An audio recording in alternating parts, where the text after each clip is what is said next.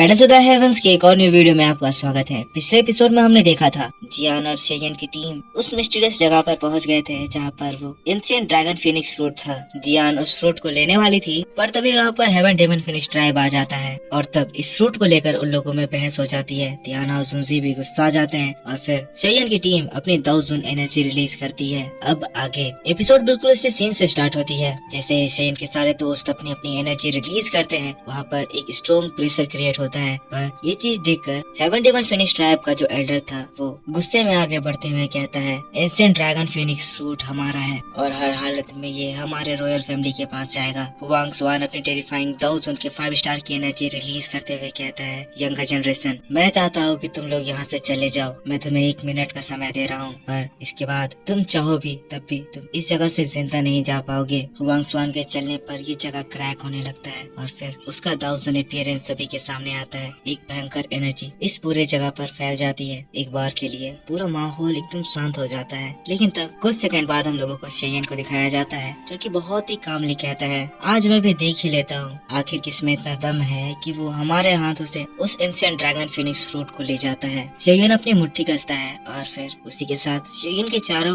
ओर puppets appear होने लगते हैं। ये सारे पपेट्स शेयन ने एंशिएंट रूइन के बाहर से लिए थे और इनमें से एक पपेट तो ऑलरेडी अपग्रेड भी हो चुका है। शेयन की ये सेना बहुत ज्यादा स्ट्रॉन्ग लग रही थी, जिसको देखकर फेंगचिंग गुस्साने लगती है। शेयन उसके एल्डर जो कि दाउजुन के 5 स्टार लेवल पर है उससे भी नहीं घबरा रहा है। फेंगचिंग को ये शेयन का घमंड लग रहा है, पर डीप डाउन उसे ये पता है कि शेयन अब कितना ज्यादा ताकतवर हो चुका है। सभी एक दूसरे को घूर कर देख रहे हैं, बैटल के स्टार्ट होने की तैयारी कर रहे हैं। तब एल्डर हुआंग स्वान अपना मुंह खोलते हैं, कहते हैं, ठीक है सभी लोग तैयार हो जाओ, इनमें से कोई भी जिंदा नहीं बचना चाहिए। कहते हुए हुआंग स्वान चार्ज करते हैं और उसके पीछे उनकी पूरी सेना शेयन की टीम के ऊपर अटैक कर देती है। हम लोग शेयन को देखते हैं जो कि उन लोगों के इस अटैक को देखकर अपना हाथ उठाता है, कहता है, इन लोगों को सबक सिखाने का समय आ गया। जिसके बाद दोनों टीम एक दूसरे से भिड़ जाती है, खतरनाक टकराव होता है, खतरनाक फाइट स्टार्ट हो जाती है। हम लोग सियोंगजान को देखते हैं जो कि टाइगर ट्राइब के लीडर को अटैक कर दिया है। टाइगर ट्राइब का ये दाउजुन बहुत कॉन्फिडेंस में है कि वो इस बियर बीस्ट को तो आराम से हरा देगा, पर इस जगह पर हम देखते हैं सियोंगजान जो कि बियर किंग है, जिसके अंदर ड्रैगन ब्लड भी है। इस टाइगर दाउजुन को इतना भयंकर मारने लगता है कि इसकी हालत खराब हो जाती है। सियोंगजान की मार को खाकर वो बहुत ज्यादा गुस्सा हो रहा है, पर वही सियोंगजान बहुत ज्यादा कॉन्फिडेंट है, उसको चिढ़ाने लगता है, बच्चे क्या तुम्हारा इतना में ही हालत खराब हो गया? अभी तो मैंने शुरू किया है, अभी तो मैं तुम्हें गंदे कपड़े की तरह धोऊंगा। फिर हम लोगों को दूसरी फाइट को दिखाई जाती है। यह फाइट लिटिल फेरी डॉक्टर और ले जुनजी के बीच में हो रही है।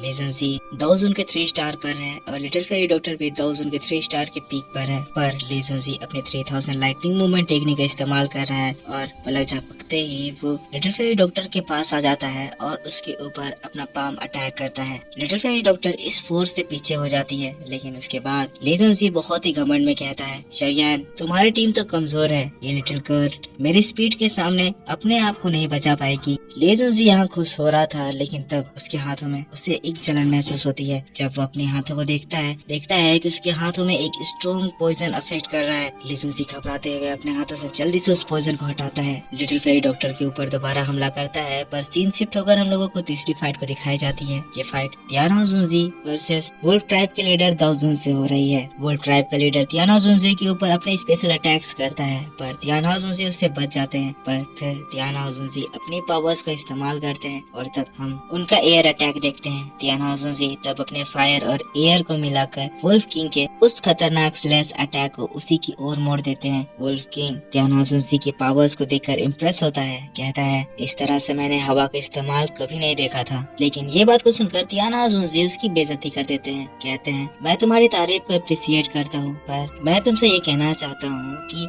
मैंने तुमसे जितना एक्सपेक्ट करा था तुम मेरी एक्सपेक्टेशन पर खरे नहीं उतरे। दाउजुन तुम्हें एक बार फिर से कोशिश करनी होगी।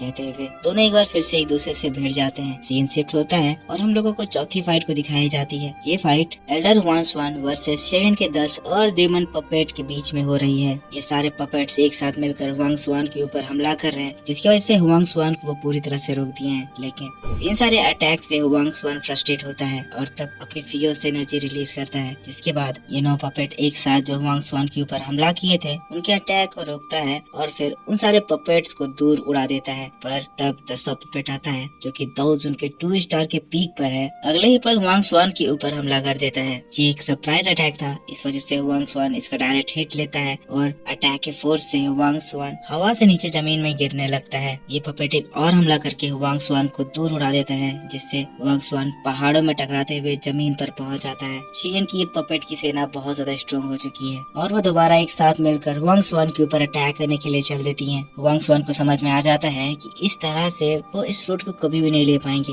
इसीलिए तब वो फेंग चिंग को कहते हैं, फेंग चिंग उस फाइट को छोड़ो और हमारे एंसेस्टर को जगाओ। अब हमारे एंसेस्टर ही हम लोगों को इस फाइट से निकाल सकते हैं। फेंग चिंग जो कि दूसरी ओर जियान से फाइट कर रही थी, जियान के मार खाते हुए दूर उड़ जाती है और फिर वो अपने हाथों को दांत से काटते हुए एक ब्लड समनिंग स्टार्ट करती है। ये फॉर्मेशन इस जगह पर present heaven demon phoenix type के उस ancestor ancient heaven demon phoenix को लाइफ फोर्स देकर जगाने वाली है। फेंग चिंग अपने ब्लड को अपनी एनर्जी से मिक्स करती है, जिसके बाद ये सारी ब्लड एनर्जी अपने एंसेस्टर के कॉर्प्स में डालती है। एंसेस्टर का कॉर्प्स इतने साल बीत जाने की वजह से एक कंक्रीट पत्थर में बदल गया है, पर ये समनिंग इतना ज्यादा स्ट्रॉन्ग है कि इस स्टेट से भी वो इस बीच को जगा सकती है। पर तब ये चीज देखकर हम लोग जियान को देखते हैं, जो कि कहती है, तुम लोग यहाँ पर अपने एंसेस्टर को जगा रही हो, तो क्या तुम्हें ये लगता है कि मैं यहाँ अपने एंसेस्टर को जगा नहीं सकती हूँ? मेरे एंशिएंट वर्ल्ड ड्रैगन एंसेस्टर तुम्हारे एंसेस्टर से ज्यादा ताकतवर थे। अब मजा आएगा जब मेरे एंसेस्टर तुम लोगों के छक्के छुड़ाएंगे। जियान भी उधर अपने एंसेस्टर को जगाने के लिए चली जाती है। फिर हम लोगों को और दूसरे फाइट को दिखाया जाता है। ये फाइट हमारे hero Shevian versus white haired man की हो रही है। ये आदमी 2 जोन के 2 स्टार पर है, वही हमारा शेवियन 2 जोन के 1 स्टार लेवल पर है। पर इसके बावजूद भी शेवियन अपनी लाइटनिंग फास्ट स्पीड से उससे बचता ही नहीं, बल्कि उसको मार भी रहा होता है। सभी लोगों की फाइट बहुत ज्यादा भयंकर हो रही है, बहुत इंटरेस्टिंग हो रही है। पर इस जगह पर यह सिचुएशन एक नया रुख लेने वाली है, क्योंकि अब इन लोगों के एंसेस्टर जागने वाले हैं। हम लोगों को फेंग चिंग को दिखाया जाता है, जो कि अपनी पूरी एनर्जी अपने एंसेस्टर को जगाने में लगा दे रही है। यहाँ पर माहौल बहुत ज्यादा बदल जा रहा है। शेयन ये एनर्जी को देखकर शॉक्ड रह गया है कि